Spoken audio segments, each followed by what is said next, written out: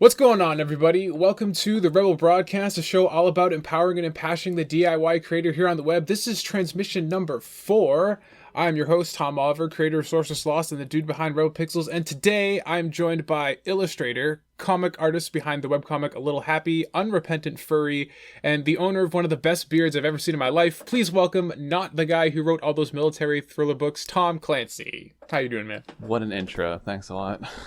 I gotta sell you right in the beginning. That's how you hook people in. You sold me into the dumpster. Oh, come on. That's not the dumpster. You got a webcomic, you got a beard. I mean, that's I got it made. That's all I need. I got it That's made. all I want. You see? So other Tom or Clancy, I don't even know how I'm going to refer to you on this because we call you Clancy in the chat, but I've only ever called you Tom in person. The one time we've hung out in person, so I don't even know what should I even call you right now. Should I call you Clancy? Should I call you Tom? Should I call you Dustin Irons? How should I refer to you for this? We could just do the Tom back and forth thing, confuse the audience.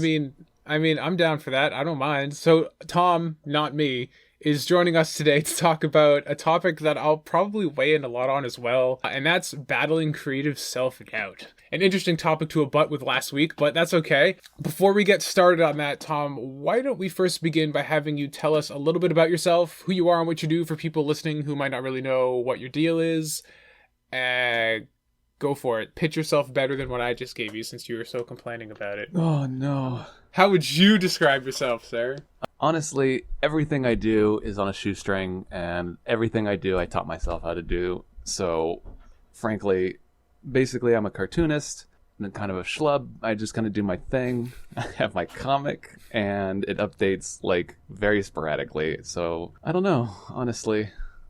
I mean, just kind of who I am. He does the things. I do the things. That's all you need to know. Yeah, that's right. So before we get started into the topic, I usually do kind of thing where we ask you a few questions just about yourself so people can know who they're talking to or who they're going to be listening to for the next kind of 40 minutes or so. Okay. So I'll start with the question I always start with. Tell us a little bit more about how you got into being a creative person. Was it something you always wanted to do? Did it come later in life? Was it kind of an epiphany you had? Or was it you were escaped from the womb with a pencil?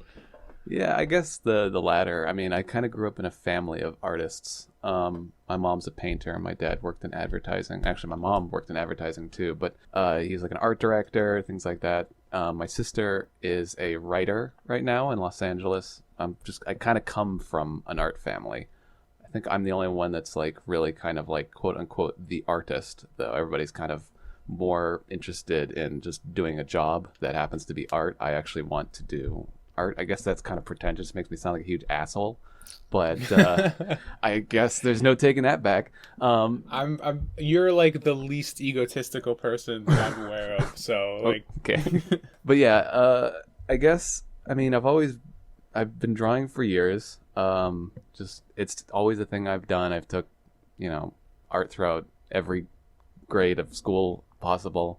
I went to art school for a little while for animation, but kind of dropped out because I didn't really want to do that. I didn't like the way the scene worked and how even the people directly above me seemed sort of have lost all hope. So I'm I don't know if this is a good idea. So I kind of went off and did my own thing. And it wasn't till, it was in high school that I discovered sort of, I guess, cartooning. I mean, that's when I really got into web comics, and I started seeing artists that I could look at and say, I want to do what they're doing. I feel like every cartoonist at some point, there's a moment where you're wait a second, I could do this, and I could probably do it better than this person's doing it. And you kind of that kind of becomes your springboard for okay, let's do this. What am I going to do and how am I going to do this? So it becomes this thing. And for me, it was a long journey of getting to a point where I was okay, I'm ready to go. But, I think I'm finally at that point, and it feels really good. It's exciting. So I guess you just kind of answered my next question, was if you're pursuing this as a personal thing or as a career choice. So obviously, despite your family being more career oriented, you're definitely kind of marching to the beat of your own drum, kind of going online and doing whatever. Yeah.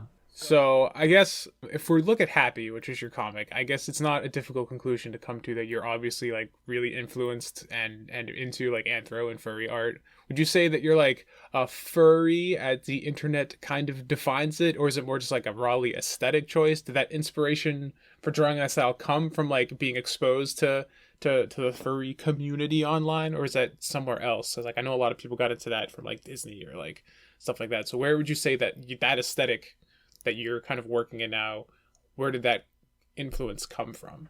Well, I mean, I like most people, I think. I have like a love for sort of anthro characters that comes from, watching Looney Tunes and Disney for, the developing years of my life. And I'll always love that. And although I think I was a furry for like a couple of years in high school, I think I'm more into the aesthetic than the community. Don't get me wrong, the community's fine, but it's just, it's like a lot of things. After a while, it gets to be too much, and it's like I can't be in this. So I kind of enjoy, I guess, like sort of an outsider's view in kind of thing. I know that the big thing that drew me into drawing anthro art was when I was first exposed to the artist Tracy Butler. It wouldn't be till years later that she made a very, very well made webcomic called Lackadaisy Cats, which you should all look up. It's like her art is like every single panel is like Renaissance art. I can't believe this is like 100 pages long, so it's still going. It's incredible. So, but it's just like I saw that and I was like, I can do that. I want to do that. That was kind of the influence there. So Lackadaisy is like insane. The kind of just like the colors and the palettes that they use. It does feel very painterly, I guess is probably the best word I could say. It feels it's super thick with atmosphere. Right. Which is it's like masterful. Really crazy. Yeah. Fuck that person. It's like life goals. Yeah, I'm kind of kidding, sort of.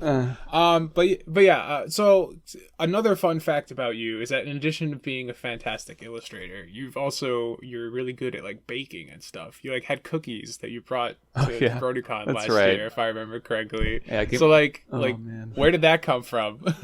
Well, I've liked cooking. My mom taught me to cook when I was a kid, and ever since I've really enjoyed cooking, but really only to give to others. I guess in my family we have like sort of a Midwestern attitude of like the like food is love thing. It's like you make food for people, and that's like a big thing. That's why I'm kind of a foodie. I'm like one of those people that's like really I could talk about food for like 5 hours and just never stop. But I like baking because it's sort of like, I don't know, it's like therapeutic in a weird way. It's like something that's kind of relaxing and slow paced, but also kind of takes a bit of skill. And yeah, it's like I said, it's like I don't really cook for myself, but when I know that I can cook for others, I love to do that. So I showed up to BronyCon with like 50 cookies or something. I had like 5 different kinds of cookies in Tupperware containers. Yeah, it was pretty crazy. Because like you had talked up a good game. I wasn't sure if you're going to deliver, but you did. And it's just like, oh, all right, this is the thing. I didn't know that you were like super into like as a foodie. I wasn't sure if it was just like kind of a hobby you did like for like kind of like stress relieving. But like if you're a big foodie, maybe we picked the wrong topic. But then again, you said you're on a 2-hour time limit, so maybe we should just kind of leave that topic at the door for now. Sure. And lastly, the kind of like question I always wrap up with is like, what's your favorite part of the creative process? If it's something like kind of like really emotional and like kind of esoteric, or something really just like concrete, like inking, like what part do you always get the most lost in, I suppose? That's interesting, because it's like, I guess each piece is like different in that sense, where it's like sketching is, it all activates like different parts of your brain, and like you can, it's all enjoyable. I guess it's right at the end when you can see all of the parts coming together, right? It's like when you're like assembling a piece of furniture and you're doing each little part, and then it all comes together at the last second. And it's always kind of surprising, where you feel like, oh no, I got another hour in this thing, and then all of a sudden like it just like sort of landslides all together, and it's just like, it's really rewarding to see it all come together, and it's just like you have it suddenly, and it's like it's just like you feel accomplished, and you've got all that. It's like, the last like 6 hours or whatever is suddenly worth it, because here's this thing that you've made. So I think that's really it for me. Just like the last kind of when it all, that moment when like you've been working on the inking, doing the coloring. Like for me, I guess that part for me is usually when you're doing the coloring, if the piece is colored, when like all of a sudden like it all kind of clicks, Right. and like the idea you had is kind of starting to actually solidify. That is a cool moment. Yeah. All right, so let's move on to the reason we've assembled here today. Doubt. It's probably the single biggest roadblock towards creativity, at least for me, and I guess probably for you as well. Yeah. And it's interesting that we're actually talking about this after Lacey last month, because I think doubt can certainly start to creep into our work because of being online and seeing all these people that are where we'd want to be that we're not at yet. So when I talked with Lacey, we kind of discussed like the correct kind of mindset and like good habits to get into, because somehow Lacey is like superhuman and it's just like, I don't give a shit about any of that, and can just kind of shrug it off. She's what we all aspire to be. Yeah, you know, she's like, ironically, her ability to be beyond it is actually reinforcing my own like self-doubt, because I can never be like that. I can't be like Lacey. I can't even think like that. I can't wait for this episode to completely be the opposite of last. Yeah, we're gonna just destroy. I see. I'm trying to keep it kind of positive, but I feel like we're definitely gonna like dig ourselves into a hole for at least a little bit at some point. Maybe. You know, because I was saying like, no matter how like great those ideas are that Lacey's talking about, you know, like those good positive beatitudes and stuff, you can't just like flip a switch and immediately have that better mindset. It takes like a lot of time to cultivate and foster, and you actually have to like work at it, kind of like beat yourself over the head with it in order to kind of make that switch. So in the meantime, you're left with this heavy burden of doubt and shame and sadness and depression, but you know, the show still has to go on. Like, you still kind of have to make things. And I think we're both kind of in the place of, we want to have a healthy mindset like someone like Lacey has, but at the same time, neither of us are there yet for whatever our own reasons are. So we got to find a way to just, I guess, put the band-aids on our problems and just keep going forward despite everything. So I figured that's kind of what we're gonna end up talking about today, is like having self-doubt when creating and the ways to work towards it and work through it, even if we aren't at the point yet to be able to completely conquer it.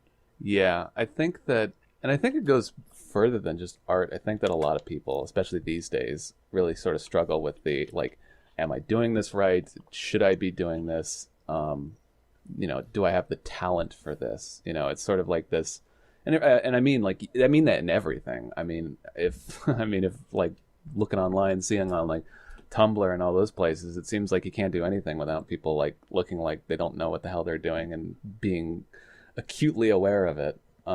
And yeah, it's like you said earlier, it's difficult, especially with the internet, because it's like we're all in a global community now.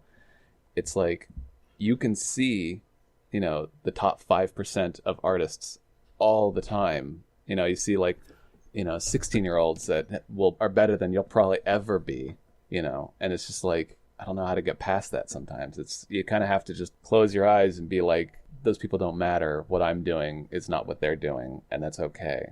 Right. It's like this really weird sort of dichotomy, I feel, especially when I am in that situation, because I think we've definitely established before this podcast began, and the reason we're doing this is because like our mindsets are like horribly similar and not in a good way. I know. We're both just like, we'll be in the chat just being like talking with, you know, with like Norm and with Lacey, and we'll just be like, one of us will be in a bad mood and the other one will just be like, I totally get it, and then we'll both just start wallowing and they'll just be like, the Toms are at it again. Yep. So somebody has to come in and break us up. It's like, no, stop this. It's usually Lacey comes in and is like, please stop. Lacey, what are you doing? Will try and say nice things, and then Norm will be like, it's time to have a caps lock compliment thing. Oh, and yeah. then like just start screaming at everybody's us. just yelling compliments at each other to try and keep each other from being a disaster. Oh my goodness. That has to happen more often than it should.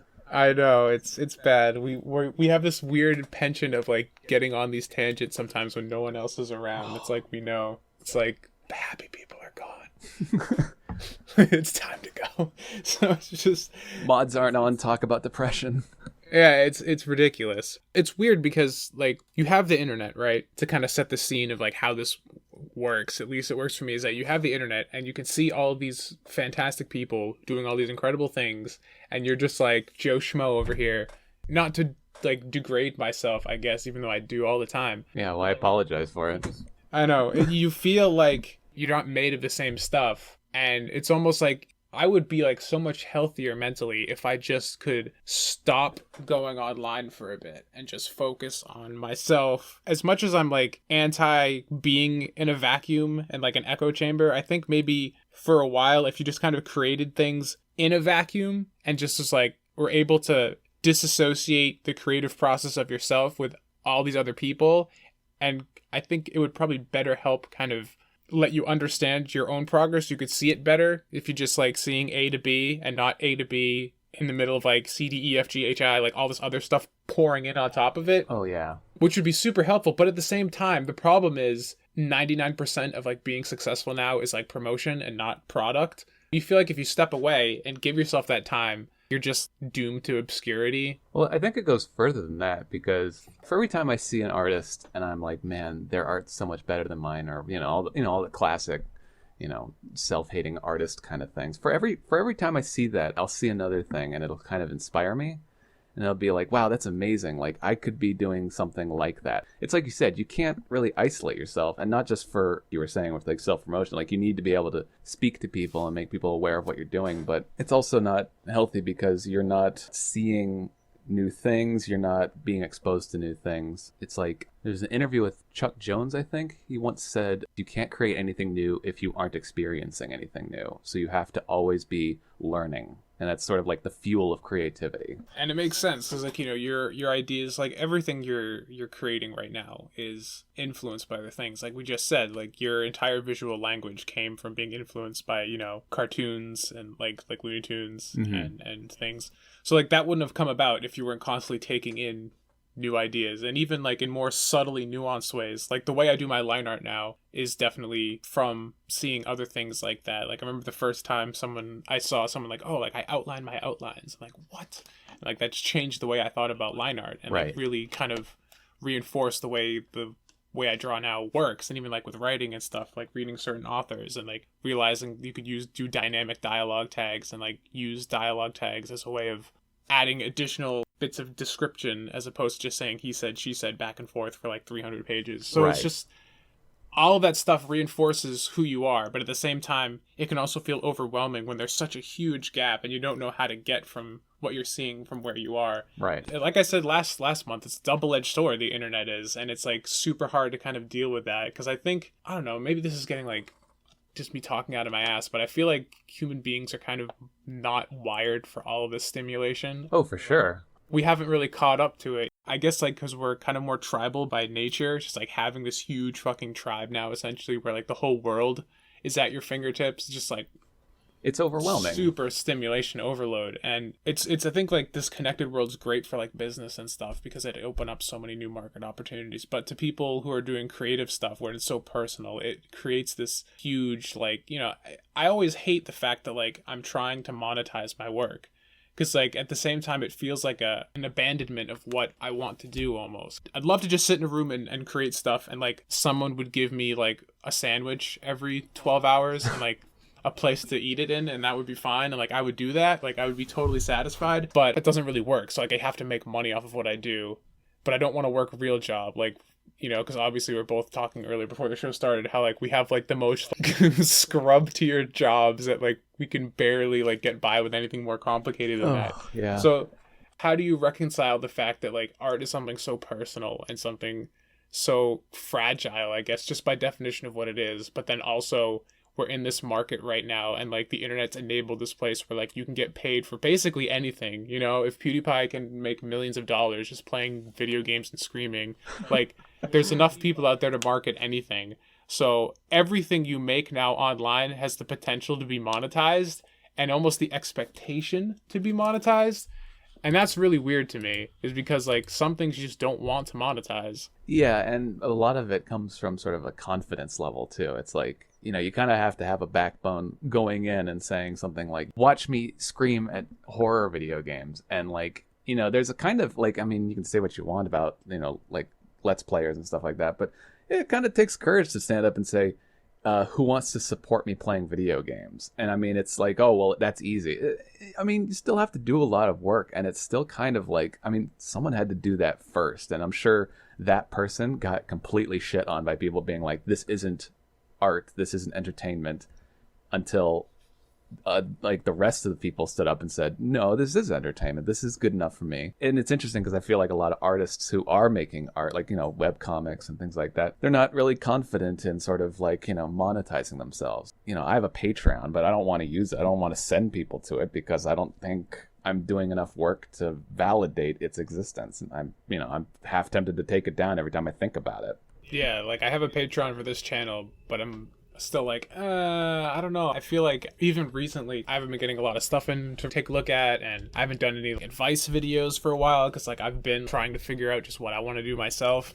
And it feels weird to kind of monetize things you're not confident in. It's like you go out and you see commercials and shit, and obviously they project this image of like confidence, like this product gonna change your life. And you're just like, I barely feel like I'm functioning right now. Like how am I supposed to like project that confidence? Because like you definitely need to have like that salesman pitch, right, in order to do stuff. I think right now we're kind of in this kind of shift where because Patreon's becoming more ubiquitous, I suppose, I think a lot of the stuff going forward now is going to start selling itself. But still right now, like especially for art when it's so personal, it's like trying to make that pitch is just like, I don't know. Yeah, and I mean, it's like that old salesman thing. It's like you can't sell something you don't believe in, or it's like you make the best sale when the product's something you believe in. And in this case, it's you. And when you have that self-doubt, I don't know if I believe in me sometimes, you know what I mean? Right. It's hard to sell that product sometimes. For sure. And it's just like, even when you're feeling good about your stuff, which for me is few and far between, but when the stars align and it happens, and you're still only like one refresh on Twitter away from like having it all taken away from you. When you see some amazing piece of work and you're just like,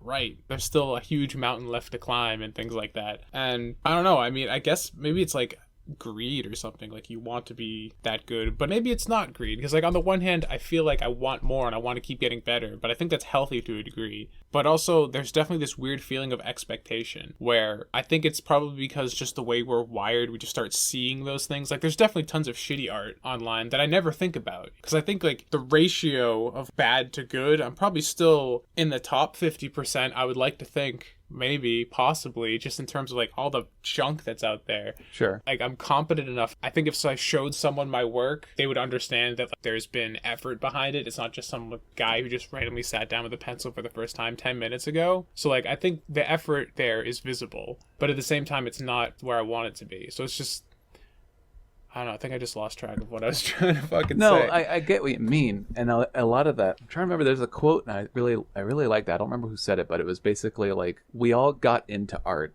because we had good taste, right? We saw things that were like inspired us and said like that's good art. I like that, and that same good taste is what keeps us from fully appreciating our art because it's not to the level we want it to be at. So our taste outpaces our talent always. It'll always outpace your talent. And thankfully so, because that's what keeps you getting better. If you reached a point where you're like, my art is now as good as it needs to be, it would stop improving because you would be like, well, there's nothing else to do. So it's kind of like, again, you go back to your double-edged sword thing. You need to feel like your art isn't good enough so that you can get better. The problem is that, especially with like people like you and me, we have a tendency to like making it all about that and not giving ourselves the credit that we deserve for the accomplishments that we have done, as few as we believe we've made. For sure. Like I think that's like probably my biggest problem, is that every time I've accomplished something, it instantly feels like it's not an accomplishment anymore. Right. It's like, oh, if I could do it, it clearly doesn't matter. Yeah. And that's like a super bad mentality to have, because it retroactively robs you of everything you've done. Like I look back at the stuff that I've done just in the past couple of years, I'm just like, that doesn't matter. That didn't count for anything. Right. And it's really weird. I don't even know. It's not even a conscious choice. It's not like I sit down and reflect on what I've done and like decide that it's not that. It just inherently is invalidated automatically. Mm-hmm. Yeah. And it's really weird. Yeah, I get that with Happy when I post a new Happy page. Oh, I'm happy because I've actually got a page out. That's great.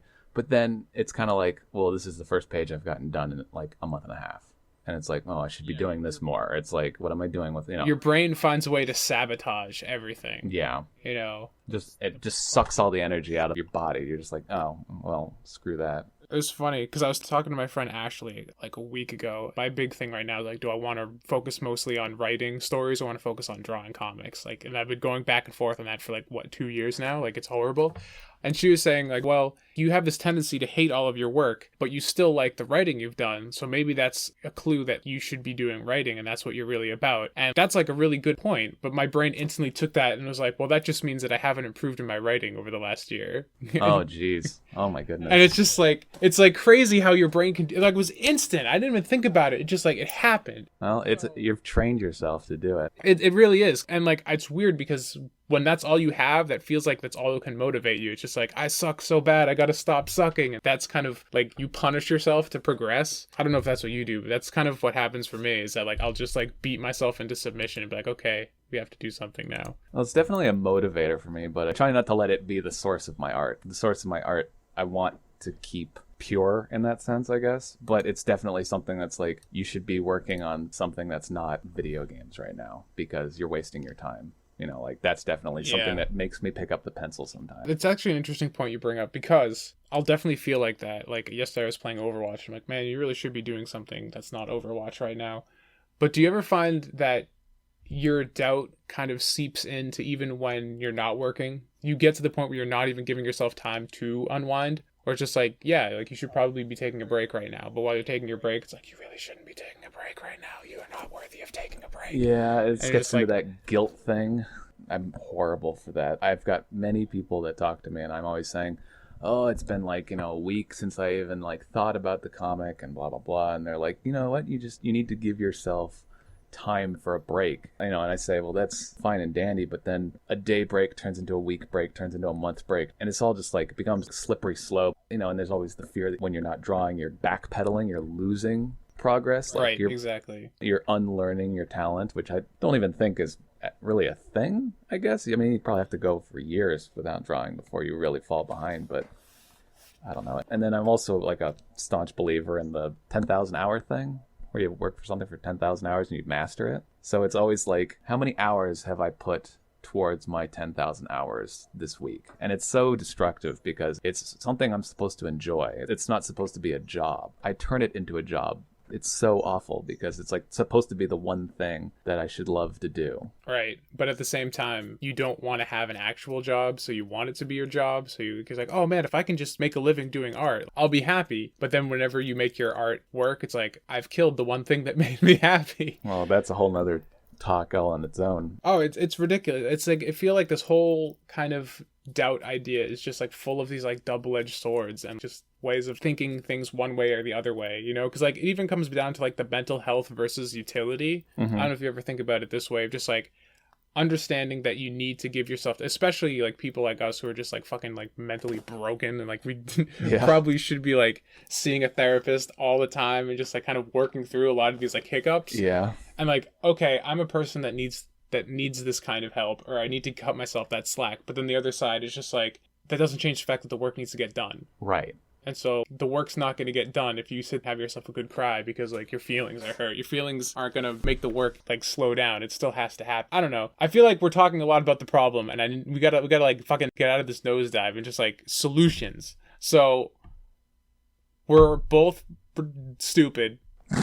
We have this terrible fucking work ethic and like mentality sometimes, but we've both done things irregardless of that. Like, you have Happy, I have SL, I have other things of SL I'm trying to put out, and YouTube videos and all that stuff. So clearly, despite the fact that we're stupid, stuff's still happening. So what do you usually do to get from, the low point where it's just like everything is the worst, to actually still getting that thing out? Like, how does the page still get done despite that? Like, what do you do?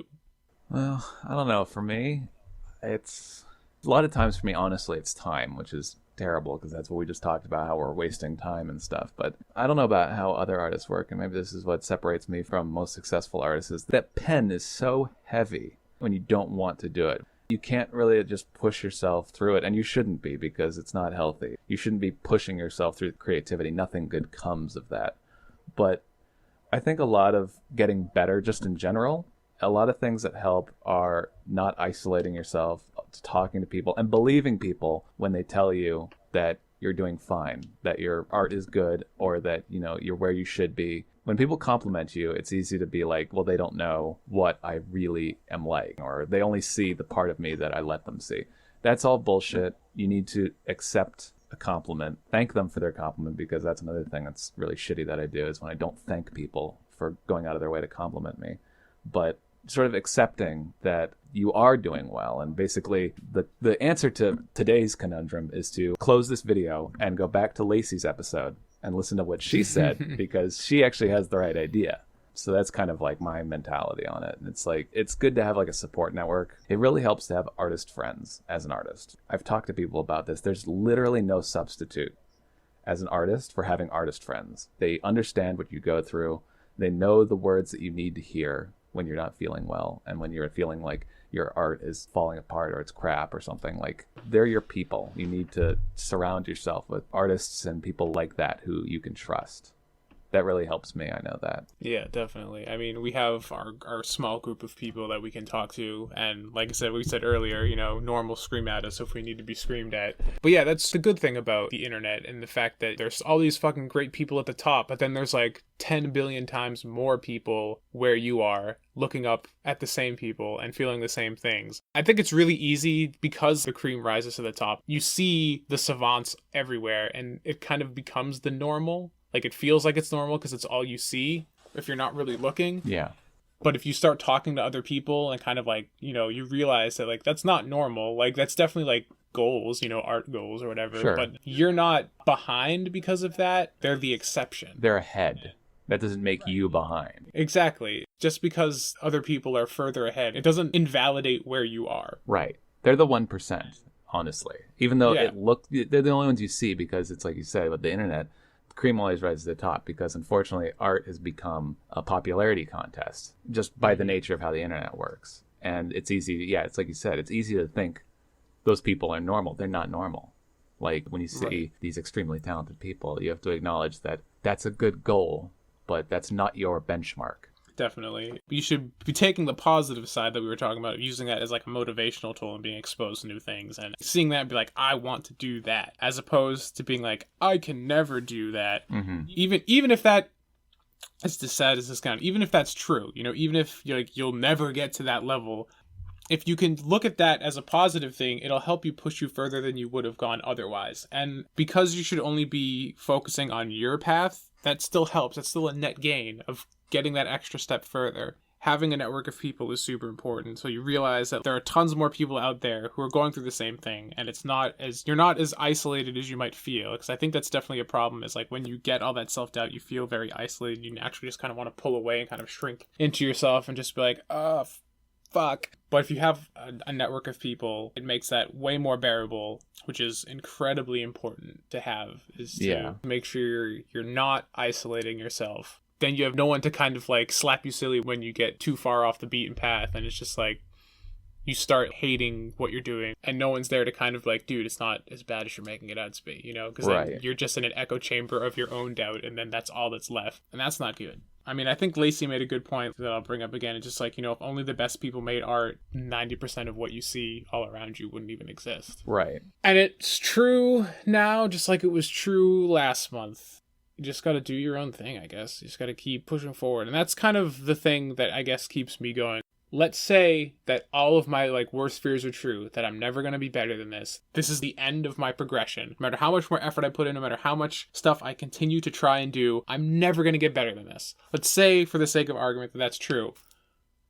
If I knew that for a fact, would I give up? Or would that passion to create still be there? Right. And 9 times out of 10, the answer to that, unless I'm like feeling really shitty, is like, yeah, I'd still do it. Like, I'm still trying to do it right now. And it sucks that I'm not where I want to be, but I still have something I want to say. I still have a story I want to tell. Mm-hmm. And even if it never gets better than this, I would rather have something shitty than nothing. Well, I remember we talked about this a couple months ago, and we were discussing neither one of us really even understand what it is not to want to create something. Something like that. We had a discussion where it was like, can you believe there are people who just work 9 to 5 for their entire life? For us, I have to create. It's not a question of will I create. It's a question of when I create. It's never going. I can't quit. I couldn't live without making something. Yeah, it's just like, so what do you do? You might as well keep going forward. There's only so much Overwatch I can play before it's just like, all right, it's time to do something else. You know? But like, it's really weird, and like, that's not to like shit on people who do that. No, of course not. Because they probably have like way better mental health than I do, because clearly they're not going through this fucking ridiculous fucking crisis. But for the way I'm wired, it just doesn't make sense to me. Like I don't understand. Like, you know, like I see some of my other friends who don't do this stuff. They're content to just drink and watch TV, and I'm just like, I don't get it. So it has to be done. And I think that's really something that has to be remembered. Even if it feels like sometimes like, oh, I shouldn't be doing this, it's not what I'm supposed to be doing. If you can't imagine not doing it, then you're doing what you're supposed to do. Clearly, I'm a storyteller. That's who I am. My entire life, that's been something I've wanted to do. Despite the fact that the medium and things have changed, there's never been a time in my life when I've ever felt like I'd be okay not doing this. Right. And like, I think that's something that really needs to be focused on, like getting back to the very beginning of when you first kind of realize that this is what I want to do, remembering those reasons why, and not all the crap that came after it when the internet kind of like threw all this shit at you, and now like you're desperate for clicks and followers and all that garbage. Like getting back to the very beginning, because like I think that was probably something really interesting about people our age, is that we didn't have the internet when like the spark kind of ignited. Right. Or at least we had like some sort of like primordial internet where it wasn't like it is today, where there wasn't as much social media and stuff. Yeah, when like the most successful you could be was, oh man, I made the top of the day chart on Newgrounds. Right. And like that means nothing other than I did it, hooray. Instead of being like, oh, I'm number one on YouTube, I make millions of dollars. The game has shifted incredibly. Well, the game's gotten bigger. It's super huge now. Yeah. It's super huge. Being number one on Newgrounds is different than being number one on YouTube. It's like from hundreds of thousands to like, you know, a billion people. It's so much bigger. This niche little community of people who like Flash to like the biggest website on the internet. Right. It's totally fucking bizarre. And I think something that I've been researching a lot lately that's definitely helping is I think a lot of the pressure starts to go away when you kind of realize you don't need to be PewDiePie in order to be successful, and you don't even need to be like an ego raptor. You don't need to be like, even like, you know, the smaller people that are still super big. Like there's an interesting thing I've been reading talking about having a tribe and saying like, if you do it right, you can be successful having 1,000 true fans. And like, that's a super small number compared to like the metrics we look at on YouTube and stuff all the time. But if you can get that kind of small cult following, like you can still make it and be successful. So that definitely helps. And like maybe when I read through all that stuff, maybe I'll do a video or something on it kind of explaining that, because I don't know enough about it to really talk about right now. But it's definitely like realizing that the super big people, that's not the only option. It's not what you have to be. Yeah. Even if part of you kind of wants it. Your ego is like, I want to be the next ego raptor. Right. You don't have to be that. Yeah, you should definitely think about yourself and your community as not being the entire world. Don't think about what's my percentage of the world. Think about your community in general. And the thing about internet communities is the more niche they tend to be, the more devout they become towards their mutual love, because it calls more to them. It's more personal to them. You'll always get more out of a niche audience than you will from a gargantuan one. For sure. And you'll get more love, of course. It means more to people on a small scale than it can ever mean on a big scale. Yeah, because the smaller it is, the more intimate the creator-audience relationship can be. Yeah. You can more easily manage it. Something like PewDiePie with 43 million subscribers or whatever it is. You can't really respond to comments anymore. I think he turned off comments now. Yeah, which is smart because it's YouTube. Mm-hmm. Fantastic idea. But the point is, like, you don't have that interaction anymore. Whereas on a small channel, you do. And it's just a different dynamic. As much as your ego kind of wants that big audience, I feel like even just having the large, quote unquote, larger audience that I did back when I did reviews, like that was even like a lot to handle. Yeah. So I think there's definitely something nice about having it be small and having the small cult following. I think that's good too. I don't know. I'm running out of things to say. What do you got? I think we're close. I mean, what are we, like 50 minutes in now? I think we're getting pretty close here.